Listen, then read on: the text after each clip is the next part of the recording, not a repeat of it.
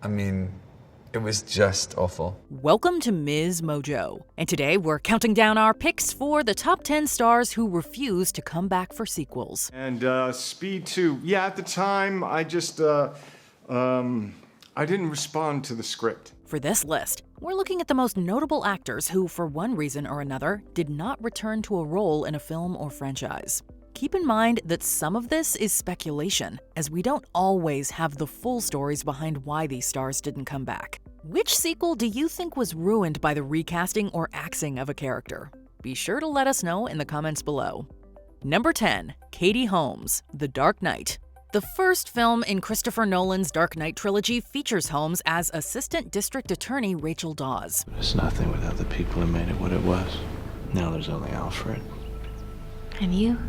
I'm not staying, Rachel. You're just back for the hearing. She's Bruce Wayne's lifelong friend and one of the few people who eventually knows his secret. Even after the film's critical and commercial success, Holmes decided not to return for The Dark Knight, and the part was recast with Maggie Gyllenhaal. When their enemies were at the gates, the Romans would suspend democracy and appoint one man to protect the city. And it wasn't considered an honor, it was considered a public service. Harvey, the last man that they appointed to protect the Republic was named Caesar, and he never gave up his power. Holmes instead signed on for a crime comedy, Mad Money, which gave her a starring role alongside Diane Keaton and Queen Latifah. Unfortunately, it wasn't particularly lucrative, and reviews were generally negative. It's probably fair to wonder whether Holmes regrets her decision to turn down one of the most beloved superhero movies of all time. I loved working with Chris Nolan and Christian Bale. I loved living in London, and yeah, it was a really cool moment in my life. To be clear though, she's claimed she doesn't. Number 9. Alan Cumming, X-Men: The Last Stand. Being Nightcrawler was a traumatic experience for Cumming. For one thing, the makeup process was exhausting, taking hours. The thing was that all the tattoos, they were added at the very last minute, so they didn't have a chance to make little molds of them or whatever, so just bung them on, stick them on. They had to be done by hand every single day. But the star also reportedly said that the set was dangerous and the studio disregarded the actor's safety. This understandably took a toll on his mental health. Considering all that, we are not surprised he wasn't back to play the incredible Nightcrawler in the franchise's third film, The Last Stand. Maybe it's time for us to move on.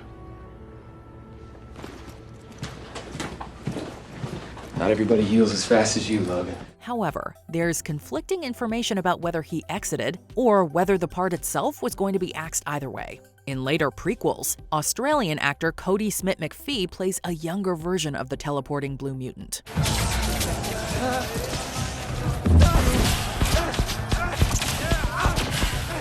Number 8. Jim Carrey, unproduced Mask sequel. It must be nice to be able to turn down a $10 million paycheck just because you've lost interest in the job. Somebody stop me! Uh-oh. Can't make the scene if you don't have the green. I better make a little stop. That was the amount Jim Carrey was reportedly offered to reprise his role as Stanley in The Mask 2. But rumor has it that after Ace Ventura: When Nature Calls, Carrey discovered that he didn't enjoy repeatedly portraying the same character and bowed out of the production.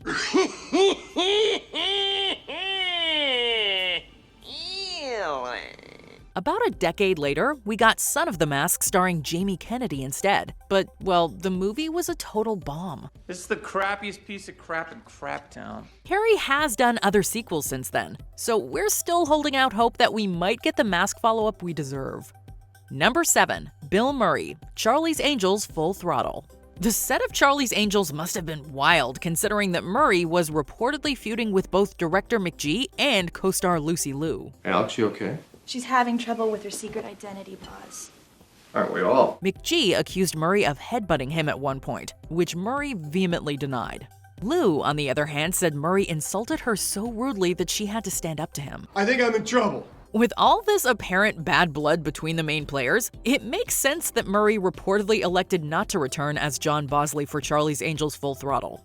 Instead, Bernie Mac stepped in to play Jimmy Bosley, John's adopted sibling. Bosley! What's happening, angels? How y'all doing? At least there's no denying the comedic timing of the late great Mr. Mac. Number 6. Rachel Weisz, The Mummy: Tomb of the Dragon Emperor.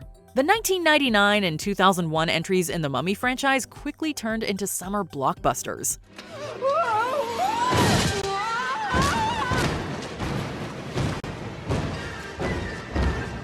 So why wouldn't Rachel Weisz want to return to Tomb of the Dragon Emperor? Well, that depends on who you ask. According to director Rob Cohen, Weisz was unhappy when she found out her character would be made older to play the mother of a 21-year-old when she was only in her 30s. What? What'd I say? But Weisz apparently said her schedule just didn't allow it. She was working on back-to-back films at the time, not to mention she'd recently had a baby. Whatever the reason, Maria Bello took Weisz's place as Evelyn. Is the Scarlett O'Keefe character really based on you? Honestly, I can say she's a completely different person. Number 5. Will Ferrell, unproduced Elf sequel. Impressively, it was Will Ferrell's integrity as an actor that made him decline a chance to put on the yellow tights again for an Elf sequel. Silly as it sounds, a lot of people down south don't believe in Santa Claus. What? Who do they think puts all their toys under the tree? Ferrell turned down the script because he felt the premise was stale, and he wouldn't be able to market it from the heart. Mind you, he stuck to this even though he was offered $29 million for the role. I'm sorry, Papa.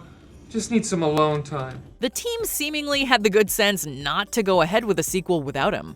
After all, who would be able to match that infectious energy? Oh my God! Since Elf is basically a perfect movie on its own, we think everyone involved made the right call. Number 4. Jodie Foster, Hannibal. Officially, Foster turned down the role of Clarice Starling in Hannibal because of scheduling conflicts. May I see your credentials? Certainly.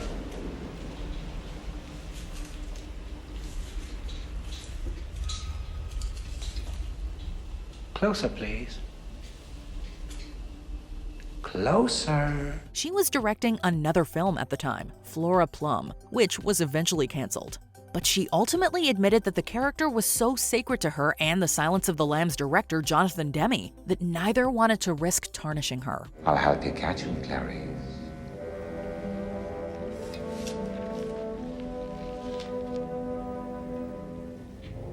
You know who he is, don't you? As a result, Julianne Moore replaced Foster for the sequel, which takes place a decade after the original. Although reviews of Hannibal were mixed, it was a box office success. You got a smart mouth, lady. Officer, if you wouldn't mind, I'd appreciate it if you'd let me continue. There have since also been prequel films and a TV show. Number 3. Keanu Reeves, Speed 2, Cruise Control. Reeves was not impressed with the script for Speed 2. The sequel to the action hit takes place on a cruise ship, and as it turns out, cruise ships aren't actually very fast. Now it's on an ocean liner? Yeah. Speed ocean liner? Speed Not feeling ocean liner? Although Reeves enjoyed being Jack Traven, the second film just didn't feel right to him.